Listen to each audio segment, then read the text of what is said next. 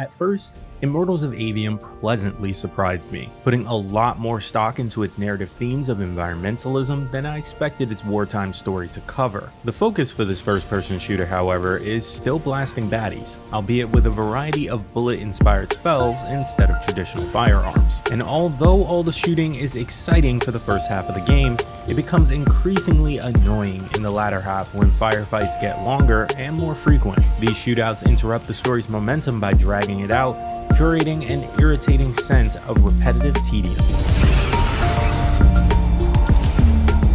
Though you're slinging spells in Immortals, the magic you're casting is more cosmetic flavoring to what is otherwise a fairly traditional military shooter. Red magic unleashes all of the concussive force of a shotgun, while green magic slowly ramps with the heated ferocity of a light machine gun, and blue magic slices through the air with the precision of a bolt-action rifle. You switch between them at the press of a button, though annoyingly only in a cycle of blue to red to green and back to blue.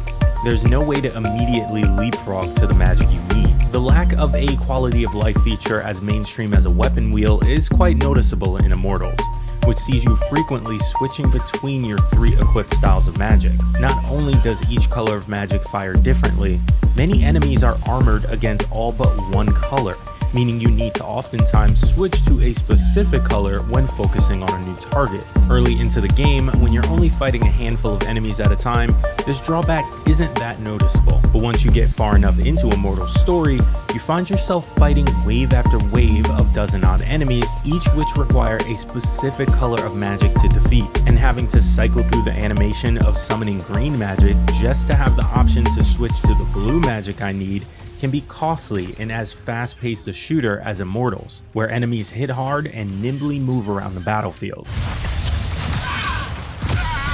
Your considerations don't just end at what color magic you're using either, as you're outfitted with several arcane tools and powerful special spells that serve their own purposes. Those include a piercing red laser that can disrupt enemy spellcasters from using magic, an explosive wave of cascading rocks that break shields, floating lipids that attach onto and slow down fast-moving targets, and a shield that blocks incoming fire. All of these, and more, have their own cooldowns, and most you need to manually switch to in order to use, while the rest require you to recharge them with the consumption of an item. It's a lot to keep track of and switch between, especially on a gamepad controller. My entire playthrough on PS5 left me wishing I was playing on PC, where presumably all of these tools and abilities are mapped to individual keys on the keyboard.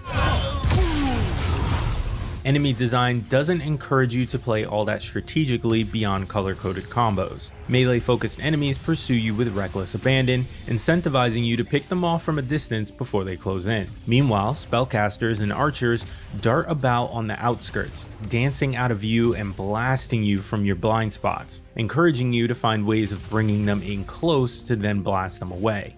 Despite these differing approaches, however, all enemies are dealt with in a similar way, shooting them with their matching color, lessening the importance of positioning, cover, movement, and other skills typically rewarded in shooters. My ability to strategize and try to overcome an enemy's weaknesses are often dashed in the face of whatever armor an enemy is using. This is exacerbated by the environments, which are visually distinct but largely designed as big open spaces with several raised platforms on the outskirts and a few columns of cover scattered throughout. Sometimes there's a bottomless pit or two that you have to double jump over for a little extra flavor, but every battle quickly begins to feel the same, the only difference being that more enemies are added later, which results in the aforementioned feeling of being overwhelmed, not necessarily challenged. And granted, this type of increasing challenge is typical for most shooters, where you're expected to better strategize and master your weaponry over time to deal with the increasing number of threats. Immortals' difficulty isn't as rewarding to overcome, however, because the untenable task of weapon switching is constrained in an unfair way. Within the frantic whirlwind of Immortals' heated combat, keeping on top of everything you need in order to progress through a fight is oftentimes frustrating. I appreciate the almost puzzle-like nature that Immortals is presumably striving for, where getting through a firefight isn't solely dependent on how well you shoot, but also on figuring out what you need to use and in what order. And in the early hours of the game, this formula works quite well. It's only later, when Immortals' idea of combat difficulty is reduced to the simple idea of throwing more enemies with larger health bars at the player, that this concept falls apart. Immortals' story is also mediocre, but at least it ventures into some interesting topics. You play as Jack, a soldier who's special because he can use all 3 colors of magic, whereas the average Joe can only use 1. You're fighting in a war that's been going on so long that no one can remember how it started, but both sides know that whoever wins gets control of all magic in the world, and neither army is willing to back down for fear of losing access to the most powerful resource on the planet. The story runs through the paces of your typical military shooter. You're a protagonist motivated by tragedy, a commanding officer who likes you despite your rebellious attitude, and 2 main squad mates, a lovable ride-or-die homie and an antagonistic ally who constantly looks down upon you and demeans your worth with a lousy nickname. There's a masked villain who mysteriously just appeared one day and displays the same capacity for using all 3 magic as well, setting up what's positioned for a shocking reveal. It's not. There's some comfort in that familiarity, but it's in how Immortals subverts the expectations of where the story is expected to go that becomes most intriguing. At the core of Immortals' story is the idea of environmentalism and the costly nature of war that continues as a result of human greed.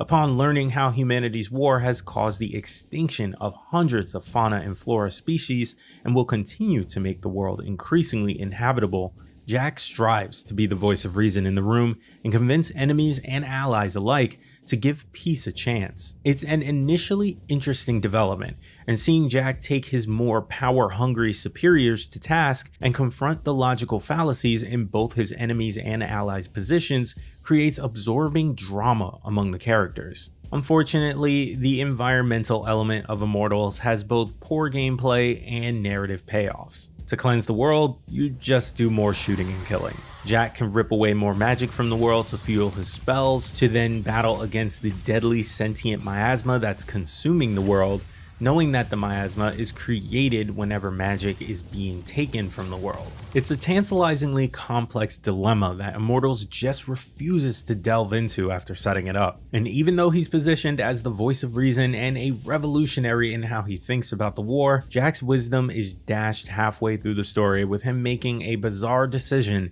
that goes against much of his character development up to that point. As a result, you spend most of the latter half of the story striving to make amends for this bad call, but it just reinforces how badly Jack screwed up and how odd that he didn't realize the clear hypocrisy in his actions that resulted in more war. It pushes him away from being a likable protagonist to an oddly written and ultimately despicable one, and it's hard to play as someone you dislike. The whole thing feels less like character development and more like a way to strangely justify there being a second half of the story and making the whole experience twice as long as it probably needed to be. Immortals of Aveum stops just short of fully complementing its traditional military story with an engaging environmentalist message, instead opting to primarily use those narrative themes to inform the world design and the lore. It leaves the overall story feeling half-baked, further highlighting the uncharacteristic actions of its unlikable protagonist. The actual shooting fares a bit better, especially in the first half, but it too falls short. The repeated use of enemies and area layouts make for repetitive firefights, and the sheer number of combat options is difficult to navigate when combat reaches an overwhelming fervor. I enjoyed small pieces of Immortals of Aveum, but not enough to strongly recommend it.